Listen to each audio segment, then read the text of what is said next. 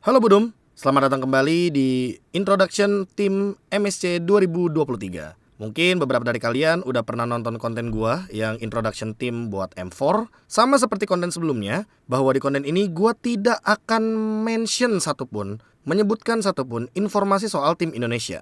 Karena seperti judulnya aja, tim Introduction. Jadi ya kita kenalan sama tim-tim yang kebetulan di luar dari MPL Indonesia. Gua bakal mulai untuk introduction ini kebalikannya dari M4.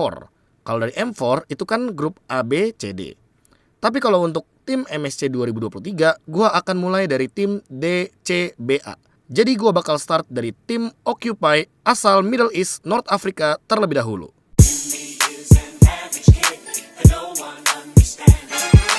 Setelah menjadi perwakilan dari M4 World Championship, tim Occupy kembali lagi hadir untuk MSC 2023 setelah memenangkan Grand Final 4-3 melawan Okami Esports di Middle East North Africa MPL.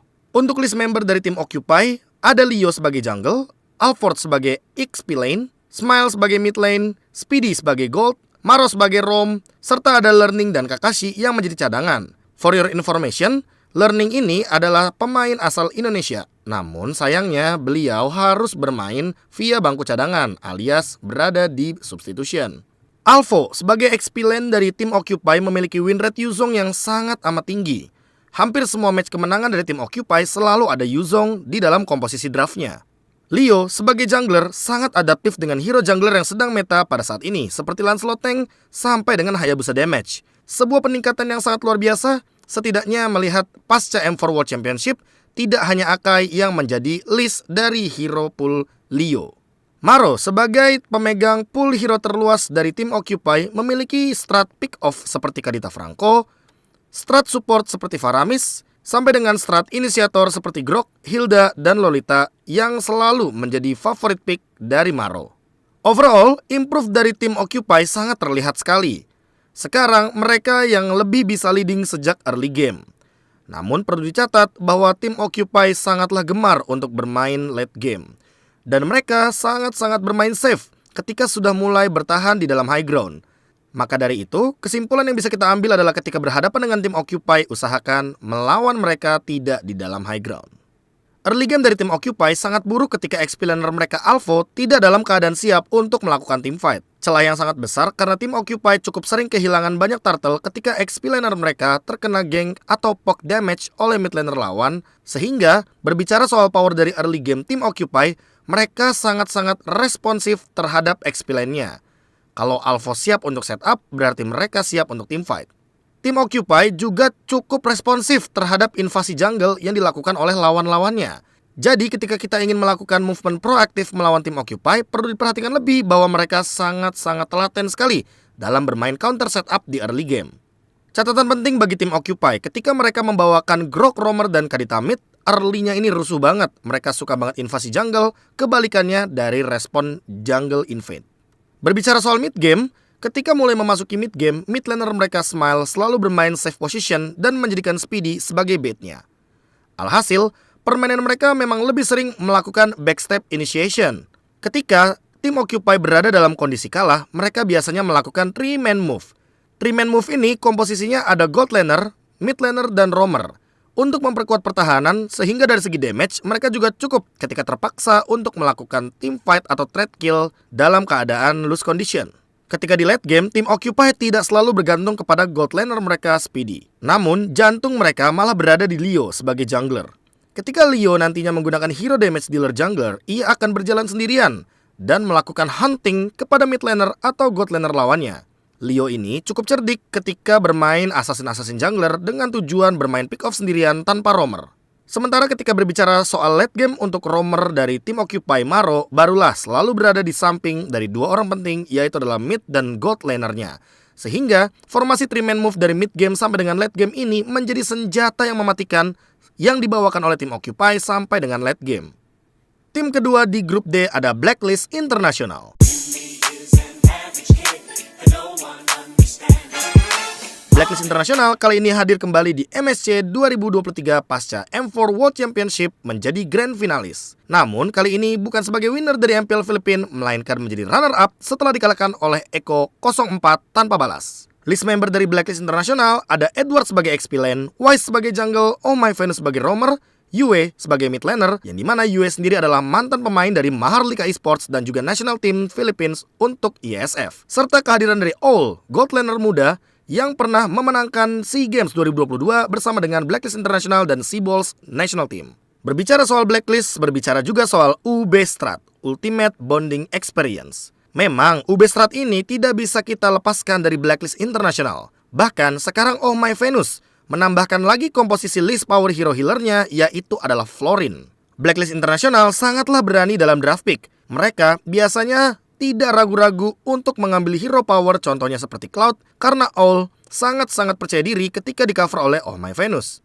Cloud-nya ini terkadang juga selalu di-show di 3 pick utama, jadi nggak sempet tuh untuk di-ban di fase keempat dan fase kelima. Yue menggantikan posisi Haji sebagai mid laner dan berjalan dengan sangat lancar. Valentina adalah hero power yang sangat berbahaya bagi Yue. Sementara untuk Wise, sepertinya ia cukup memukau dengan assassin picknya seperti Lancelot, walaupun kita ketahui sendiri bahwa build-nya adalah build tank. Namun untuk Wise itu sendiri, sepertinya hero dengan kapasitas tank seperti Fredrin dan Baxia selalu menjadi favorit pick dari Blacklist International. Blacklist sangat kuat di babak playoff sampai menurunkan brand esports ke lower bracket. Namun pada akhirnya ketika mereka bertemu dengan Echo, mereka mengulangi reka adegan Grand Final M4 World Championship.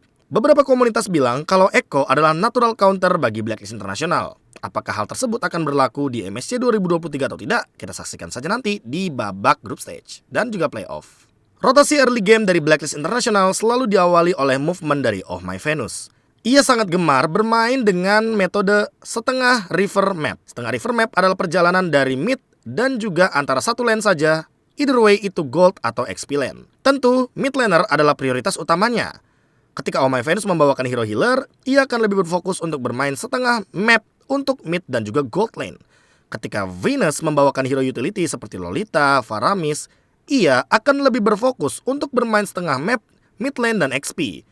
Tujuannya sangat jelas, karena poin terpenting dari kedua movement ini memiliki target goals yang berbeda. Kalau setengah mapnya itu mid dan gold, biasanya dia akan memperkuat All ketika nantinya memenangkan laning phase. Tapi ketika bermain setengah mapnya itu dalam mid lane dan XP, tentu tujuannya adalah permainan objektif agar membantu Wise mendapatkan retribution yang on point. Poin terpenting kedua adalah ketika sudah mulai memasuki turtle setup.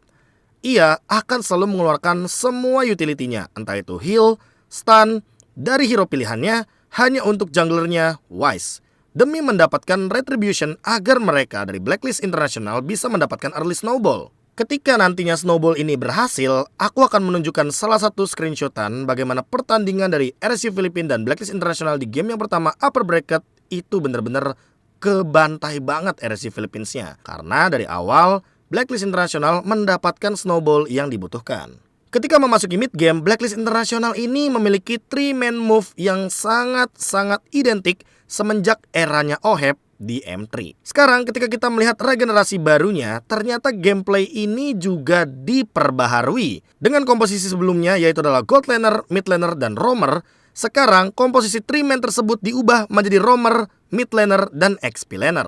Mereka membuka atau membuatkan space agar All dan Wise bisa melakukan clear wave minion sendirian, dengan tujuan agar mereka bisa mendapatkan farming yang lebih efisien dan level yang lebih signifikan dibandingkan lawannya. Mungkin dari kalian bertanya-tanya, apa sih tujuan dari 3-man move ini?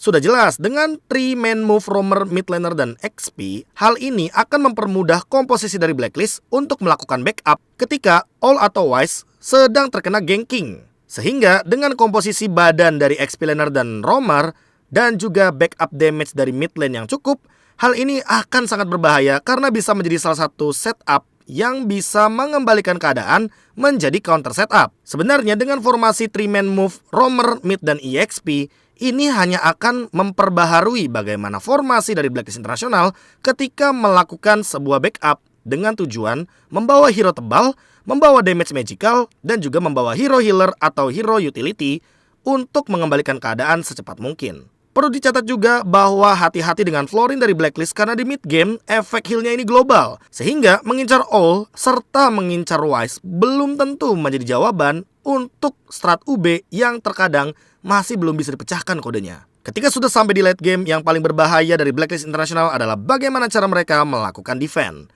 Mereka adalah tim yang sangat defensif, apalagi ketika membawa hero late game seperti Faramis atau sejenisnya. Memaksa Blacklist melakukan teamfight di area jungle atau river adalah hal terbaik ketika ingin melakukan counterplay terhadap UB strat late game. Atau yang paling tajam dari kelemahan Blacklist adalah melakukan pick off sebelum setup mereka itu benar-benar solid berlima. Tujuan mematahkan setup ini adalah agar UB strat dari Blacklist International dengan 5-man teamfight itu tidak berjalan dengan maksimal. Namun ketika berbicara soal kontes Lord, hati-hati saja ketika melawan Blacklist karena mereka sangat mastering untuk setup dan eksekusi terhadap Lord. Termasuk bagaimana cara snatch the Lord. Wise sebagai jungler utama sangat berbahaya sekali untuk kontes Retribution. Selanjutnya ada perwakilan dari Malaysia, Todak.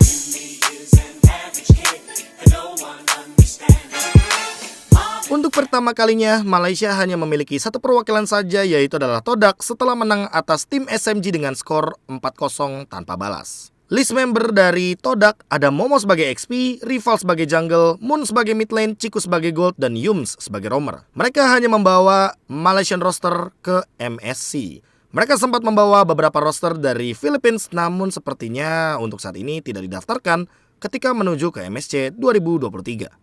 Untuk MSC 2023, Todak ternyata masih membawakan roster yang sama ketika mereka berada di M4 World Championship. Bahkan, semua pihak, baik caster atau analis sepertinya akan setuju bahwa Gold Lane adalah tempat terbaik bagi Ciku.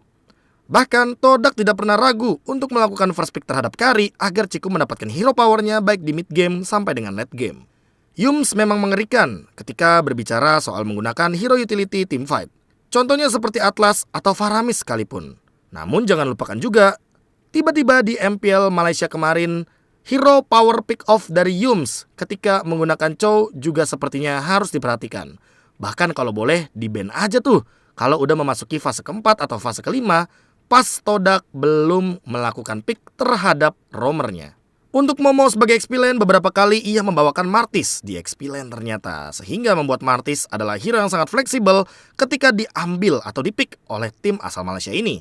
Todak yang sekarang sangatlah mengerikan, dikarenakan mereka menang atas tim yang kabarnya tidak pernah kalah sama sekali di babak regular season MPL Malaysia. Ditambah, mereka juga berada di satu grup yang sama dengan Blacklist International runner-up dari Philippines. Sehingga di babak playoff nanti, mereka bisa dibilang cukup aman kalau misalkan lolos sebagai top 2. Karena setidaknya sampai dengan babak semifinal, mereka tidak akan bertemu dengan Blacklist International. Banyak tim memiliki pola di early game, namun sepertinya tidak untuk Todak dengan line up seperti ini. Early game dari Todak tidak begitu menakutkan secara strategi. Namun secara keberanian, mereka memiliki beberapa kali movement yang beresiko, high risk, high reward, walaupun beberapa kali gagal atau sukses sekalipun. Di menit ke-3-7, Ciku sering banget melakukan match up melawan gold laner lawannya, siapapun itu. Menang atau kalah, mereka akan membuat move tambahan. Ketika menang, mereka akan memperkuat lini jungle dan XP dengan tujuan backup movement. Hal ini dikarenakan gold lanernya artinya tidak membutuhkan bantuan lagi karena sudah memenangkan match up satu kali. Namun ketika kalah satu kali, mereka akan memperkuat lini gold lane mereka. Sehingga bukan hal aneh kalau kita melihat gerakan 3-man move dari Todak bahkan di menit 5 awal ketika Ciku kalah landing phase. Covernya gak main-main teman-teman. Berbeda dengan early game, ketika berada di mid game, karena role Ciku yang sekarang adalah gold laner, damage dealer utama dari sebuah tim, maka mereka sedikit mengubah pola permainan dari show map-nya. Ketika mereka biasanya akan memberikan tugas show map kepada Momo atau XP lane atau pemegang lane jauh, sehingga nantinya 3-man move dari Todak, Moon, Yums, dan Ciku yang akan merespon sehingga pemaksaan teamfight bisa saja terjadi. Namun perlu dicatat juga bahwa ketika di mid game, beberapa kali Rival terlihat sendirian dan terpisah dari 4 temannya. Tujuannya agar Rival bisa tetap farming dan unggul secara level, walaupun nantinya 4 temannya harus kalah teamfight. Jadi, tujuan 3-man move dari Todak ini adalah untuk memperlama skema teamfight yang terjadi ketika teamfight 4 lawan 5. Agar Rival dengan hero-hero assassinnya, biasanya sih hero assassin ya, itu tetap bisa keep up dengan farmingan level dan setidaknya tidak kalah Retribution agar nantinya di Lord mereka bisa kontes. Komposisi ini memang mengorbankan Ciku sebagai gold lanernya. Namun seperti biasa, Todak semenjak early game memang selalu mengambil resiko.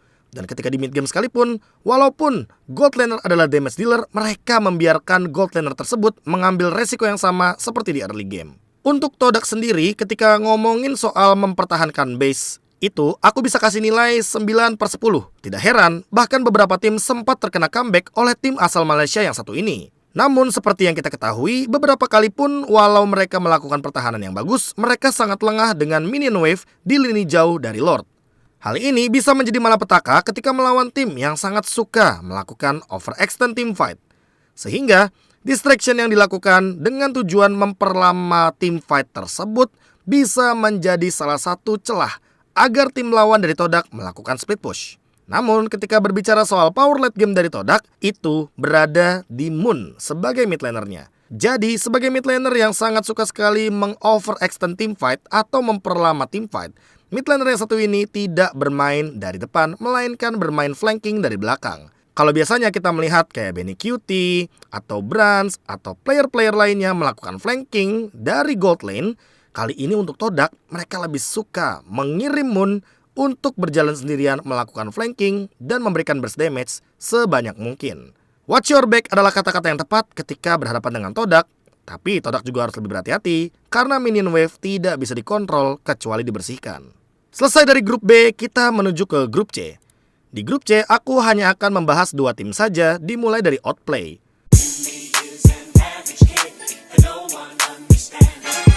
Berbicara soal NACT atau North America Challenger Tournament, pemenang dari Grand Final turnamen tersebut adalah BTK, namun dikarenakan satu dan lain hal, yang pada akhirnya tiba-tiba menjadi drama yang sangat besar, keputusan pihak MSC dan NACT fix ketok palu memilih Outplay untuk menjadi perwakilan dari North America. Untuk teman-teman yang bingung dan penasaran akan seperti apa dramanya, boleh nonton di Kak Browsing sebelumnya.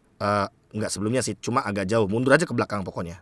For your information sedikit, Outplay memang dikalahkan 3-4 oleh BTK. Namun sepanjang gelaran regular season, Outplay memenangkan semua match tanpa satu kali pun mengalami kekalahan. 14-0 perfect match. List member dari Outplay ada Ureshi sebagai XP lane, yang merupakan mantan XP lane dari NXP EVOS. Ureshi pernah bermain juga di Ackerman bersama dengan Zia. Lalu ada best player 1 sebagai jungler, atau bahasa gampangnya kita sebut aja rookie monster ala North America. Bagaimana tidak, best player sendiri baru face reveal pas grand final, pas di stage teman-teman. Hun sebagai mid lane, basically sebagai gold lane, dan Shark sebagai roamer. Jadi singkat cerita, pasca menjadi perwakilan dari M4 World Championship, Hun basically dan Shark membuat sebuah tim baru dengan nama awal The Ohio Brothers, TOB. Namun di akhir week, dari NACT hadirlah sebuah tim dengan nama Outplay yang mengakuisisi mereka. Bahasa gampangnya ya antara tim akuisisi atau sponsor sih teman-teman. Outplay bermain tanpa kalah selama di babak playoff sampai dengan grand final. Mereka hanya dikalahkan BTK di babak grand final dikarenakan Ureshi sebagai XP laner utama mereka terhalang masalah visa, sehingga yang bermain di grand final adalah Promise, XP laner cadangannya. Shark yang dulu identik dengan hero cover seperti Matilda dan juga Lolita, sekarang lebih power dengan hero pick-off seperti Kaja dan Franco. Bahkan ketika Outplay membawakan Atlas, mereka memainkan metode pick-off secara paksa dengan tujuan menekan satu pemain lawannya agar kuantitasnya bisa terpatahkan. Jadi teamfightnya akan selalu 5 lawan 4.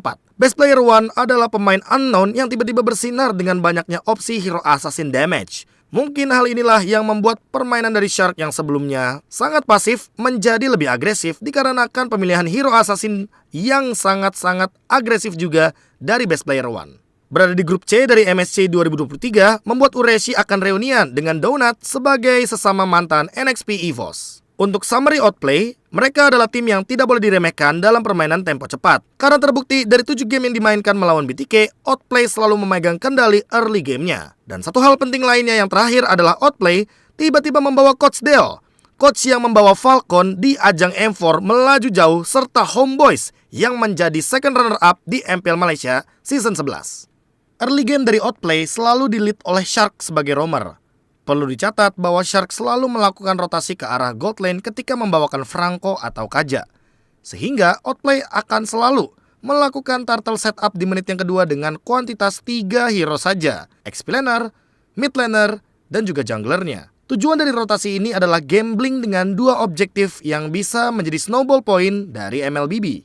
Yang pertama adalah rotasi Shark. Jika damage dari Basically cukup untuk melakukan pick off 2 melawan 1 di arah gold lane, tentu mereka akan memenangkan match up gold lane-nya. Tujuan yang kedua adalah 3-man turtle dari Outplay. Walaupun nantinya mereka tidak mendapatkan turtle, memang mereka tidak berniat all in di turtle tersebut, melainkan menjadi distraction, agar Shark bisa bebas melakukan movement ke arah gold lane. Ketika nantinya Outplay mendapatkan turtle dan juga first blood, itu adalah langkah awal snowball dari Outplay yang mengancam dan sangat berbahaya, karena mendapatkan 2 objektif di 2 tempat yang berbeda, itu bisa menjadi keuntungan yang luar biasa. Ketika berada di mid game dan Outplay mendapatkan winning conditionnya, mereka beberapa kali melepaskan Lord dan lebih memilih untuk melakukan takedown point kill. Tujuan dari movement ini adalah menunjukkan bahwa mereka ingin bermain lebih safe dalam mendapatkan poin objektif seperti Lord, atau opsi kedua yaitu adalah mendapatkan kill yang sama dengan mendapatkan objektif gratis seperti turret contohnya. Namun perlu dicatat bahwa Outplay sangat mengandalkan Basically sebagai damage dealer utama, sementara untuk Hun, biasanya tugas dia adalah memisahkan damage dealer lawan agar tidak bisa join teamfight, atau bahasa gampangnya adalah melakukan poke damage ke arah belakang dari lawannya. Outplay beberapa kali selalu mendapatkan early advantage. Namun beberapa kali juga Outplay terlihat tidak memainkan laningnya ketika memiliki Lord di sisi mereka. Dan beberapa kali mereka juga melakukan movement overcommit ketika berada di high ground dari lawannya. Perlu dicatat bahwa ini adalah disadvantage atau minus point dari Outplay. Namun, Outplay merupakan tim yang sangat kuat dengan teamfight-nya di area river atau Lord. Sehingga ketika berbicara soal high ground, sepertinya masih menjadi PR dari tim asal North America ini. Setelah berhasil melaju ke babak M4 World Championship, Burn X Flash kembali lagi menjadi perwakilan dari Kambodia setelah mengalahkan CFU Gaming dengan skor 4-1. Kesuksesan ini tidak lepas dari kehadiran Donut, gold laner mantan NXP EVOS yang menggantikan Hesa di posisi yang sama. Ada sebuah fakta tambahan di mana hanya Burn X Flash sajalah tim MPL Kambodia yang tidak pernah mengalami kekalahan di babak regular season. Sisanya mereka mendapatkan 3 kemenangan dan 4 poin seri. Fun fact, hal ini bisa terjadi karena di MPL Kambodia mereka menggunakan sistem round robin dengan best of 2 series.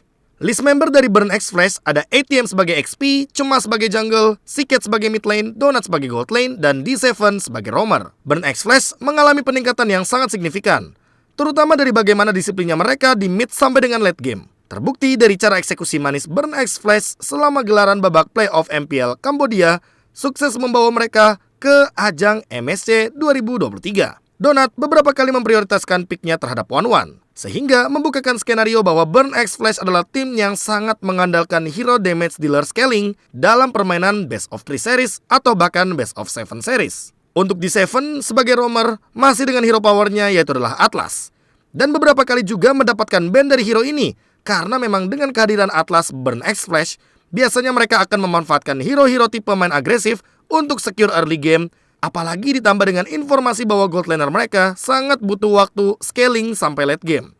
Pasti 4 picknya akan sangat-sangat agresif. Burn Flash atau perwakilan dari Kambodia tidak bisa diremehkan untuk di MSC kali ini. Bukan hanya mendapatkan boostingan pasca gelaran SEA Games 2023 kemarin, MSC kali ini juga sama seperti SEA Games loh teman-teman, karena akan ditandingkan offline di Kamboja. Sehingga sebagai tuan rumah sudah bisa dipastikan mereka akan mendapat banyak sekali dukungan di stage sana. Perlu dicatat juga bahwa kita harus hati-hati dengan late game dari Burn X Flash, karena mereka selalu solid ketika membawa Faramis untuk melakukan defense. Setiap kali kita berbicara soal early game dari Burn X Flash, kita harus membicarakan soal D7. Ketika mendapatkan Atlas, Burn X Flash selalu mencoba untuk bermain invasi jungle dengan memanfaatkan D7 sebagai vision utamanya. Cuma, sebagai jungler dari Burn X Flash selalu berada di belakang dari D7. Jadi, D7 hanyalah umpan di early game ketika mereka mencoba untuk melakukan rotasi. Pada menit 1:40, Siket dan ATM selalu bekerja sama untuk memaksa match up lawan XP laner mereka melakukan recall. Tujuannya sangat jelas agar mereka bisa mendapatkan setup turtle tanpa adanya gangguan dari setupper musuh atau XP laner musuh. Early game yang tadi sempat dibicarakan, terutama Cema yang selalu berada di belakang dari D7, berubah ketika memasuki mid game. Biasanya, Cema akan di cover oleh Siket karena beberapa kali Siket dan ATM akan berjalan dengan 3-man move, XP, jungle, dan mid. Sementara D7 akan mengubah posisinya bersama dengan Donut dengan membukakan 2 opsi permainan, pick off lane atau metode split push. Mereka beberapa kali melakukan repeat movement atau gerakan ini berulang-ulang dengan permainan mid game yang sama. Referensi permainan 3-2 ini bisa dilihat juga ketika pertandingan Indonesia melawan Kambodia di ajang SEA Games 2023. Ketika sudah mulai memasuki late game, Donut dan Siket adalah kunci kemenangan bagi Burn X Flash. Karena itulah, di momen late game, D7 tidak hanya rotasi bersama dengan Donut, tapi bersama dengan Siket. 3-man move ini sering kali dibawakan oleh Burn X Flash ketika berada di late game. Pentingnya boost control juga bisa menjadi jawaban dari rotasi mereka. Jika base turret atau tower tier 3 sudah hancur, mereka bisa saja menggunakan metode flanking sejauh mungkin untuk menyerang lawannya dari belakang. Namun ketika base turret lawannya belum hancur, mereka akan mengamankan rumput RSG Philippines. Yang jokes di sini bisa aku bilang adalah rumput yang tidak terkena Magic Sentry di 2 bagian top lane dan 2 bagian di bottom lane. Sebelum lanjut ke grup B, aku mau ngasih tahu dulu kalau memang tim Indonesia tidak aku mention atau tidak aku breakdown di sini. Karena ya kita kan udah kenal sama tim Indo kita. Anyway, kalau begitu kita akan lanjut di part selanjutnya untuk grup B dan grup A. Jangan lupa bahagia dan sampai jumpa lagi di video selanjutnya. Dadah!